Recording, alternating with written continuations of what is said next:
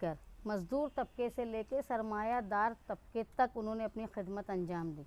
साथ ही निहाल अहमद साहब के पास अगर कोई आता था तो वो ये बोलते थे कि उसका कागज़ लाए हो क्या, उनका बोलने का स्टाइल था।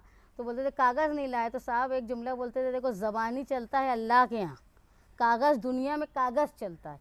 तो उनके हमेशा से इस बात पर तवज्जो रहती थी कि लोगों के कागजात वो मजबूत रहना चाहिए। जैसे आज लोग महसूस कर रहे हैं एनआरसी और सीए के आने के बाद कि हमको हमारे डॉक्यूमेंट्स मजबूत करना है, लेकिन उस ज़माने में साथी निहाल अहमद साहब के वर्कर सोशलिस्ट पार्टी से लेके जनता दल तक अगर किसी के यहाँ बच्चा हो जाता था, पैदा हो जाता था, तो वो कारपोरेटर और मेंबर जो काउंसलर रहते थे वो जाकर नोटनी किया करते थे।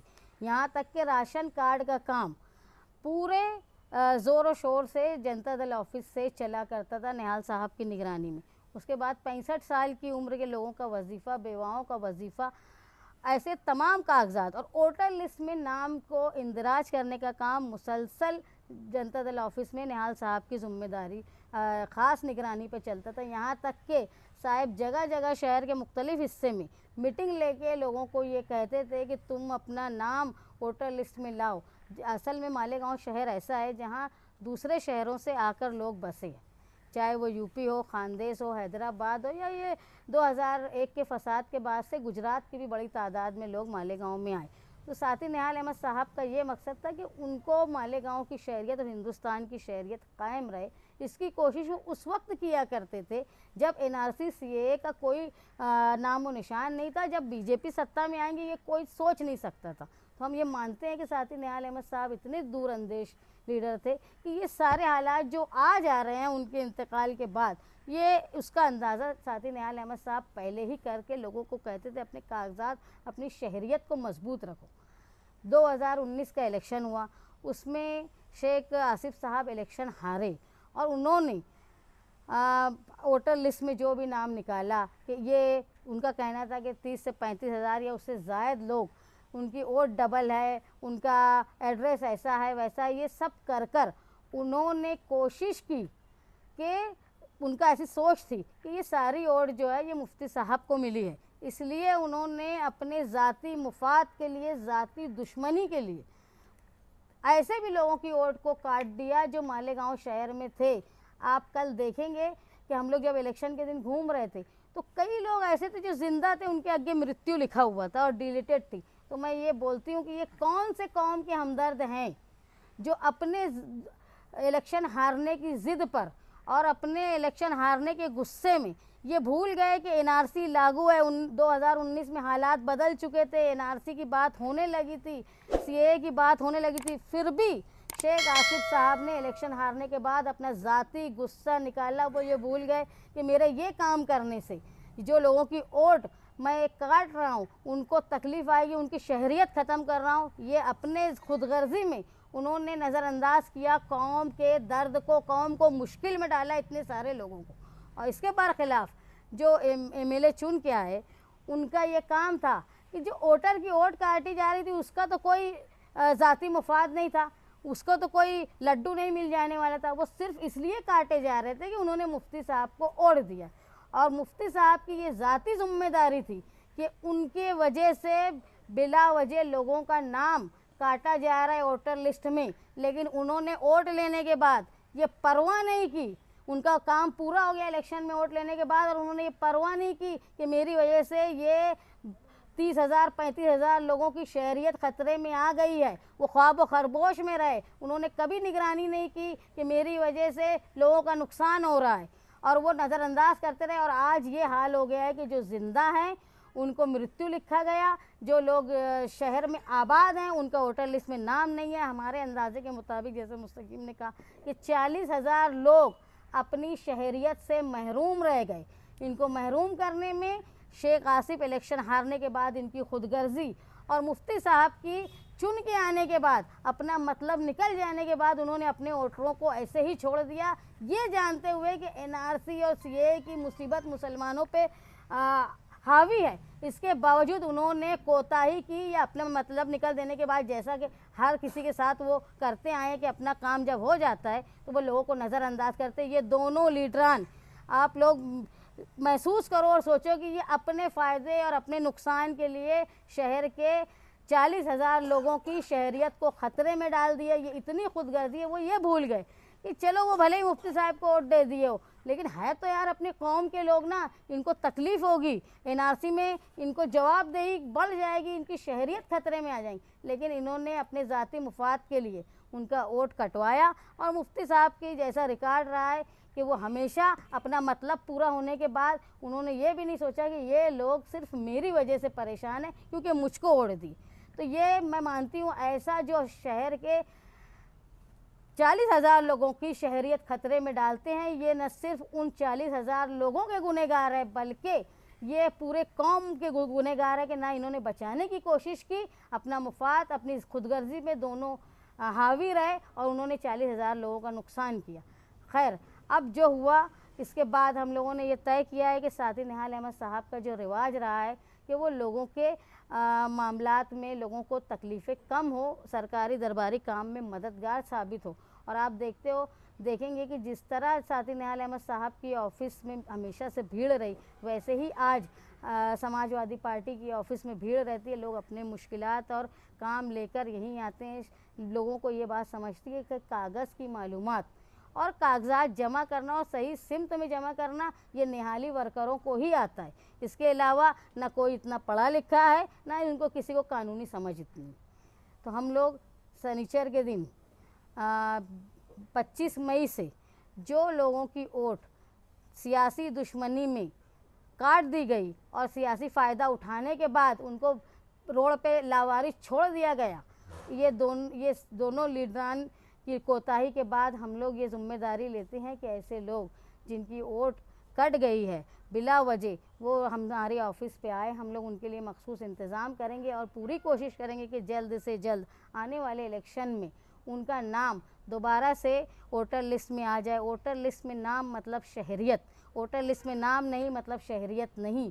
और ये जो हो रहा है शहरियत ख़त्म करना, तो मुझे नहीं समझ में आ रहा है इसमें कौन बीजेपी का एजेंट है जो 40,000 लोगों को ऐसे ही नाम कार्ड दे रहा है। ये 40,000 वोट जो कटी है ये कहाँ जाने वाली थी? सेकुलर पार्टी के उम्मीदवार को मिलने वाली थी। ये दोनों ने नज़रअंदाज किया, काटने वाले ने भी और जो बेचारा वोट ले लिया और भूल गया कि हमको इनकी जिम्मेदारी थी, मेरी वजह से नुकसान में, ये दोनों लोगों की कोताही। और इसको आप लोग शहर ने गौर से सोचना चाहिए कि ये न सिर्फ सियासी फ़ायदा उठा लेने के बाद या सियासी दुश्मनी करने के बाद शहर के कौम के साथ ये लोग जो है वो अपनी सियासी गुस्से का इजहार करते हैं और ये भूल जाते हैं कि जो भी है अपनी कौम है, अपना शहर है। आज इनको वोट दे दिए, कल हमारे रहेंगे। लेकिन ये सारी बातें अपनी सियासी लालच में इन लोगों ने नज़रअंदाज की। खैर, इसको शहर देखे, महसूस करे कि शहरियत आज इतनी मुश्किल में है, मुसलमान इतना परेशान है हिंदुस्तान का। उस वक्त ये हरकत करने वाले दोनों लोगों को याद रखे कि कल को कोई तकलीफ़ आ गई, हो सकता है 40,000 लोगों में से हम लोग 39 का ही काम कर पाए, हो सकता है कि हम उसमें से 100 लोग छूट जाएं, वो 100 लोगों का जिम्मेदार कौन होगा?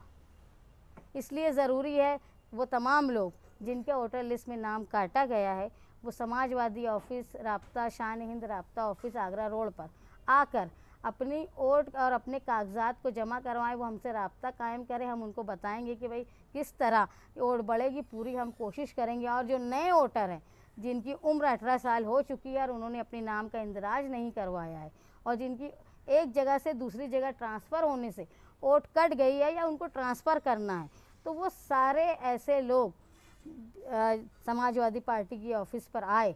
ये हमारी इब्तिदाई प्रोग्राम है। इसके बाद हम कोशिश करेंगे कि लोगों के घर घर जाएं और उनको वोट और शहरियत, वोटर लिस्ट में नाम और शहरियत क्या है ये बताएं। क्योंकि हमारे ऊपर ये समझ लो कि अगर तीसरी बार बीजेपी हुकूमत आती है तो वो इतने सारा जो हवा हो गया कि बीजेपी ख़तरे में, उसके बाद भी अगर वो हुकूमत में आई तो समझ लो वो बहुत जहरीली होकर आएगी, जिसका अंजाम जो है वो और ज़्यादा हिंदुत्व और कम्युनलिज़म की तरफ जाएगी, लोगों को कम्युनल करेगी। इसलिए ज़रूरी है कि हम हमारे कागजात को पूरा करें और हम साथी निहाल अहमद साहब की जो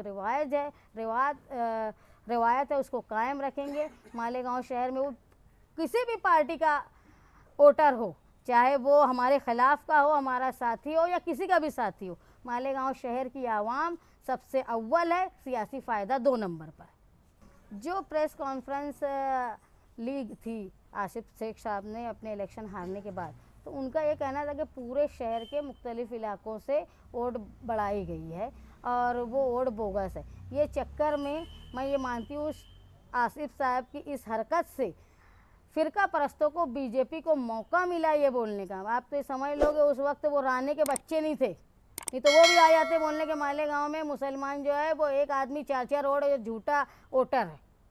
इनकी इस हरकत से उनको फ़रोग मिलता। और दूसरी तरफ मुफ्ती साहब, जो लोग उनकी वजह से परेशान हैं, सिर्फ उनका गुनाह ये था लोगों का कि वो मुफ्ती साहब के वोटर है, वो उनको बचाने की कोशिश नहीं की है। ये सिर्फ सियासी आदमी नहीं, ये अगर उनको मिल्लत का दर्द होता तो वो ये सोचते कि यार आज एनआरसी का मामला है, सीएए का मामला है, कहीं मुझे वोट देने की वजह से ये लोग मुसीबत में न फंस जाए। लेकिन वो भी उन्होंने किसी तरह, वो सिर्फ माइक में बोलते हैं कौम और मिल्लत की बात, लेकिन कहीं अंजाम नहीं देते, कहीं उनका अमली तौर पे कोई काम नज़र नहीं आता। मुफ्ती साहब को आमदार बनाने में आप लोगों का भी साथ रहा है, पूरे शहर ने देखा। जब वोट काटी जा रही थी उन्होंने कुछ नहीं किया तो आप लोग उस वक्त साथ में थे, आपने क्या किया उस वक्त? सबसे पहले जब वोट काटी जा रही थी तो सबसे पहले प्रांत ऑफिस पर मुफ्ती साहब को ले जाने वाला आदमी मैं ही हूँ, जो उनको लेकर गया और वहाँ प्रांत साहब से बात करवाया कि ये सब सियासी दुश्मनी में काटी जा रही है मुफ्ती साहब, तुम उस पर ध्यान दो। और प्रांत से पूरी बातचीत करने के बाद वो मुझे बोले कि यार अपने जो है अपने उस वक्त उनके पास वो संपर्क था कि अपने संपर्क कार्यालय से कामकाज अच्छे ढंग से शुरू करेंगे, मगर उसके बाद उन्होंने शुरू नहीं किया। हाँ, लेकिन हम लोगों ने, हमारी राब्ता ऑफिस जो पहले जनता दल राब्ता ऑफिस थी और उसके बाद समाजवादी की राब्ता ऑफिस से हम लोग मुसलसल नए वोटरों का नाम वोटर लिस्ट में इंदराज का काम कर रहे हैं और जो ट्रांसफ़र के लिए भी बोल रहे हैं, लेकिन लोगों में बेदारी नहीं थी। बेदारी क्योंकि कोई बीच में इलेक्शन नहीं आया। अब ये इलेक्शन आया तो लोगों को ये समझा कि हमारी वोट कट गई। ये सियासी दबदबे की कमी थी कि वो इलेक्शन हारने के बाद भी उन्होंने वोट को कटवा दिया और ये इलेक्शन जीतने के बाद भी बचा नहीं पाए। मुझे ये लगता है कि ऐसे लोग, इनकी दुश्मनी की वजह से मौका मिला बीजेपी को, 40,000 लोगों की वोट काटने का मौका मिला। ये दोनों एजेंट का काम कर रहे हैं।